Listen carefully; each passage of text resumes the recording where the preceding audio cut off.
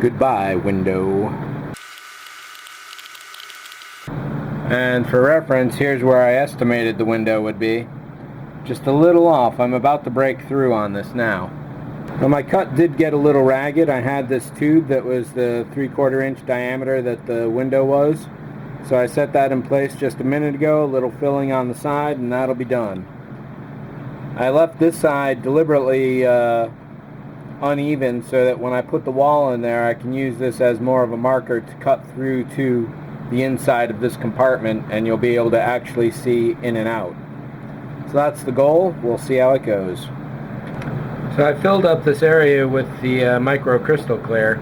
This is the second filling on this, and my notion was to slightly overfill it on the idea that the caldera essentially will collapse as it dries, and this may even need third application, even though right now the glue is setting well above the actual surface. If it does wind up doing that, I'll either leave it or just shave it off with a razor. I also filled in this little guy here. Just took a dab of this with a brush, did it from the back side, and this really fills spaces up really well. I did it to one other piece. Let me go get it. So I had cut these holes out of here because they do have lights behind them, so I filled in the crystal clear from the back. That's going to be a long while drying. I'm just letting this sit upside down so it all drips to the front, and you can see it's pretty solid and stable right now. So I'm going to bury the 3 LEDs in there, red, yellow, and green. And up here on top, I could fill that in, but I already have a clear plastic piece back there, and I like having some depth coming out of that as well. Whether it's accurate or not, I'm not worried about it.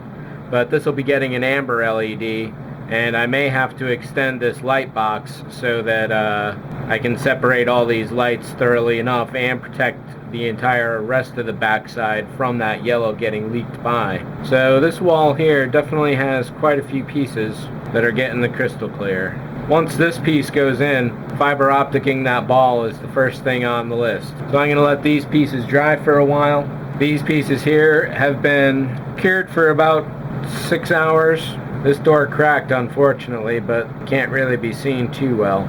This color must have got a little debris in it because there's a lot of little bits of dust everywhere that need to be scraped off before this can be masked for the second color. I've determined to make the fiber optics easier on this piece so they can flow a little better. I'm going to chop off all of this plastic by simply bringing it over to the Dremel and having at it. So I got to take these apart and we'll see what it looks like in a second. So this certainly knocked the pieces around a bit. Just got a lot of scrap plastic to peel off of here. It looks like I should have gone with a black marker because the red kind of melted into all this scrap plastic.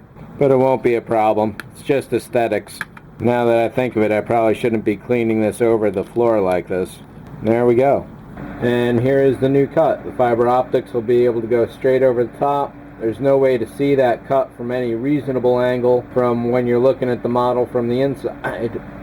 And I'm going to secure all these posts in now so they never fly loose accidentally. So I'm preparing these panels for the fiber optics. I had started cleaning out all the extra plastic out of here, and I wound up breaking through on one of these. It was probably this one first.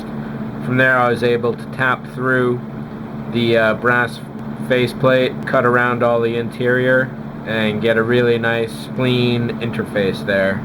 So that's what I'm doing on this one right here. Plastic is already honeycombed, so it's real easy to cut through. Initially I was going to be happy with just doing this, cleaning it out and getting it bare, but cutting all of this out and pulling the brass faceplate off is definitely the better way to go. Of course, cutting a hole in the brass faceplate is not all that great a thing, or two. So I am going to cheat.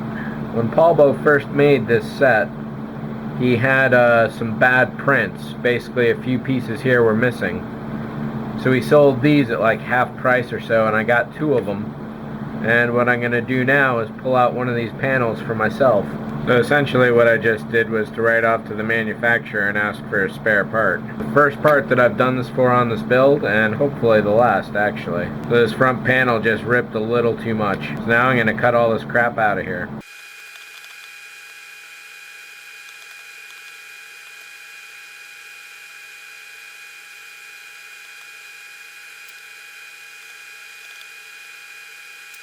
And that is pretty much that for this piece. I'll paint this black after I glue it into place.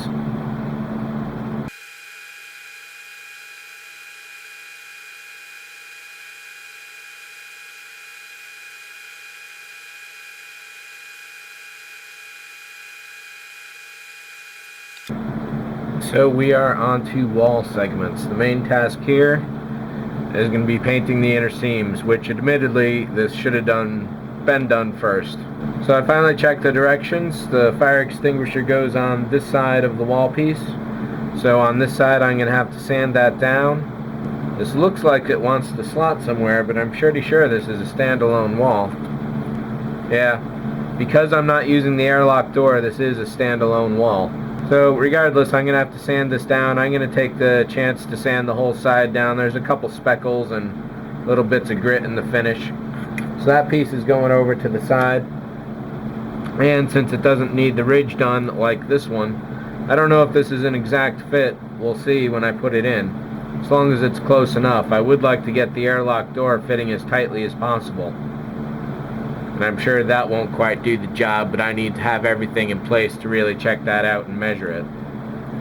So this piece can go aside, which leaves these primary 8 pieces here. This one needs priming, speaking of primering. So these are all a pretty uniform color right now. Looks like B is the primary influence on the colors here. That one's 1706. So the trick on these is going to be painting the insides, which they're going to go a light creamish yellow to simulate the color of the lights. And then I'm going to be spraying a can of Reflect over it. From there, the final detail is running a silver Sharpie along these edges, and this piece will be done. So at this point, it's just a lot of masking. And what I think I'm going to do is go with this stuff along all the edges, and then larger around the bigger areas. I don't want to have too much overlap, just a little. Well, actually no, I want this to be as close as possible to the line. And with that in mind, let's try another trick here.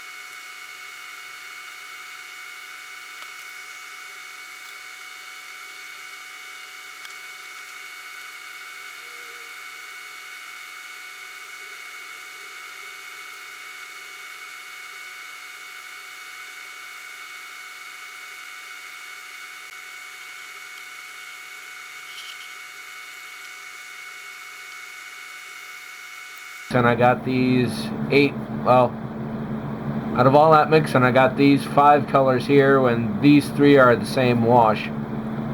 Each one is just a little different in terms of bottle content. This is the one I'm going to be going with for the wall beams. That's straight up half 1706 and half of whatever this color is.